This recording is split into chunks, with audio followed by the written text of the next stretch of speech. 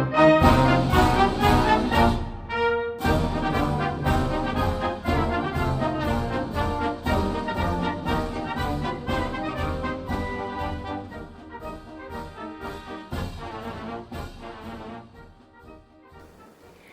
today is July 5th, which means that yesterday was July 4th, or Independence Day. So Independence Day has been an official federal holiday in the United States of America since 1941, but the tradition goes back to the summer of 1776. So here's a brief history on the holiday. In April of 1775, the Revolutionary War began as colonists wanted complete independence from Great Britain. On June 7, 1776, a man named Richard Henry Lee introduced a motion in the Continental Congress calling for the colony's independence. While they postponed voting on the motion, they formed a 5-man team to draft a formal statement about independence. On July 2nd, the Continental Congress voted in favor of Lee's motion for independence. And the formal statement was reviewed, and 2 days later, on July 4th, delegates from the 13 colonies adopted the Declaration of Independence. Thomas Jefferson is credited for drafting the majority of the Declaration of Independence. The Declaration of Independence is divided into 5 sections, including an introduction stating that independence from Britain had become necessary for the colonies, a preamble, a body divided into 2 sections that listed the grievances against the British Crown, and a conclusion. So the preamble is probably the most famous passage where we hear, "We hold these truths to be self-evident, that all men are created equal, that they are endowed by their Creator with a certain inalienable rights, that among these are life, liberty, and the pursuit of happiness." So since then, July 4th has been celebrated as the birth of the American independence with festivities such as fireworks, barbecues, parades, concerts. Fun trivia tidbit: most historians believe that the Declaration of Independence wasn't actually signed until August 2nd of 1776 because they needed time to formally write out the Declaration on parchment in clear handwriting. So John Hancock, the president of the Congress, is famous for being the first and largest signature on the Declaration of Independence. And today, the original copy of the parchment is housed in the National Archives in Washington, D.C., alongside the Constitution and the Bill of Rights. So, now that history class is over, let's take a look at a time in the Bible where we see a need for freedom. So let's turn to the book of Acts, and we're going to meet 2 friends named Paul and Silas. So they had been traveling around telling people about Jesus and his love for everyone and how he had died on the cross and rose again to pay the penalty for our sins. And we meet up with Paul and Silas as they're being thrown into jail. So you would think this story is about needing freedom from a jail cell, but we're going to read Acts chapter 16, verses 23 to 36 to find out who needs freedom and from what. So let's take a listen. Acts chapter 16, verses 23 to 36. After they had been severely flogged, they were thrown into prison, and the jailer was commanded to guard them carefully. When he received these orders, he put them in the inner cell and fastened their feet in the stocks. About midnight, Paul and Silas were praying and singing hymns to God, and the other prisoners were listening to them. Suddenly there was such a violent earthquake, and the foundation of the prisons were shaken.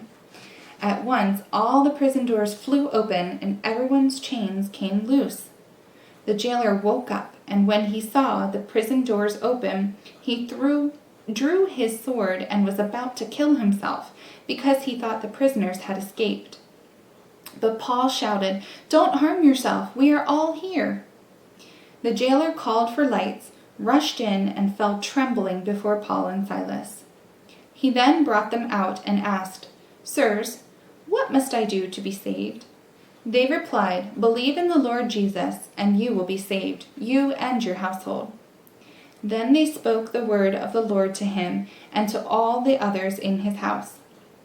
At that hour of the night, the jailer took them and washed their wounds. Then immediately he and all his household were baptized. The jailer brought them into his house and set a meal before them. He was filled with joy because he had come to believe in God, he and his whole household. When it was daylight, the magistrates sent their officers to the jailer with the order, "Release those men." The jailer told Paul, "The magistrates have ordered that you and Silas be released. Now you can go. Now you can leave. Go in peace." So we see that Jesus did provide freedom for Paul and Silas from prison, but more importantly, the jailer and his family received freedom from their sins. The jailer was about ready to kill himself because he thought he was going to get in trouble. He thought all the prisoners had escaped during the earthquake.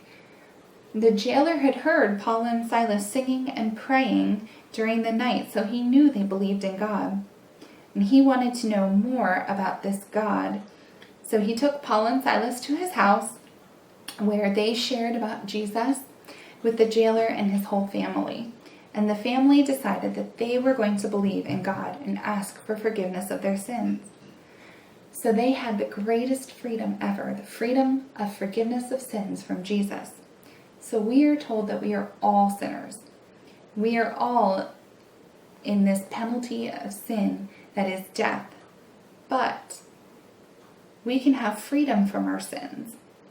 We are told that Jesus died on the cross to pay the penalty for us so that we can have freedom from our sins if we accept.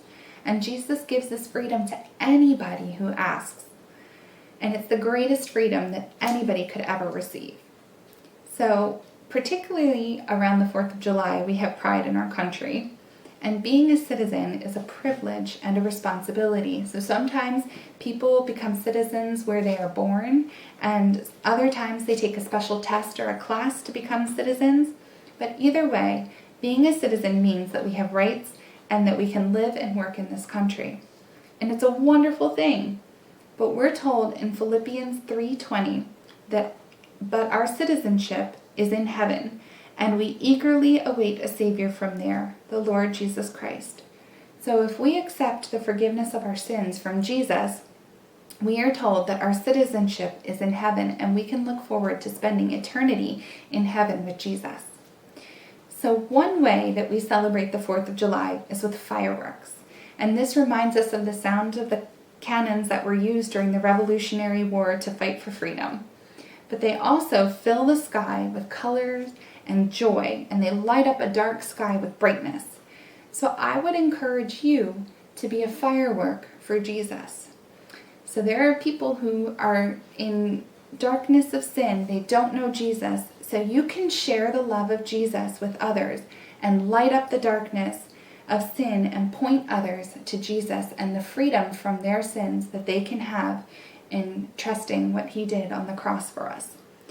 So Paul and Silas were fireworks for Jesus when they were in prison. They weren't sitting there grumbling and complaining about how they were unjustly in prison. They were sitting there praising and singing and praying. So they were fireworks for Jesus.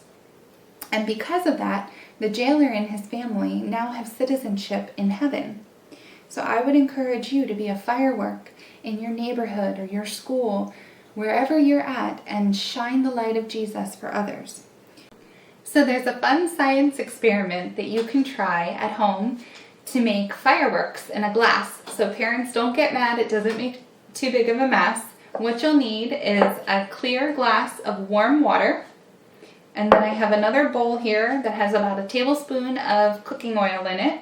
And to that, I'm going to add about 2 drops of food coloring. And I'm going to give that a quick stir to break up the drops a little bit.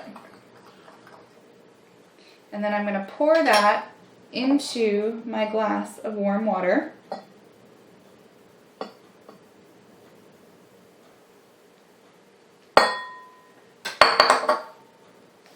I'm going to give it a quick stir. And you've got to be patient for a few seconds. And you'll start seeing fireworks in the glass. Let me hold it up so you can see it better.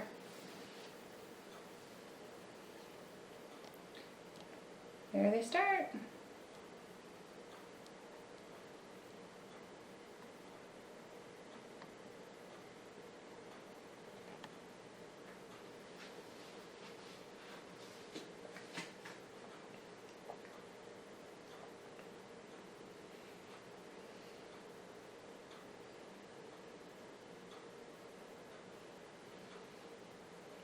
So you can make your own fireworks in a glass this week with your parents' permission.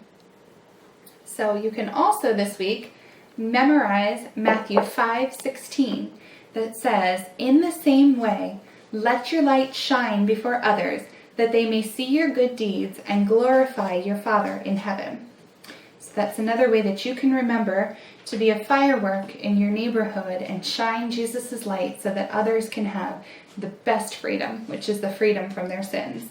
You can also print off this worship bulletin about 4th of July and do the fun puzzles and coloring page that are in there.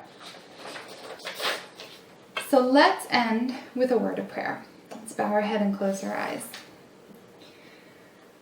Lord, we thank you that we have freedom from our sins in you. We thank you that we can have citizenship in heaven because you died and rose again to pay the penalty for our sins. Lord, on Independence Weekend, we claim our dependence on you for the forgiveness of our sins.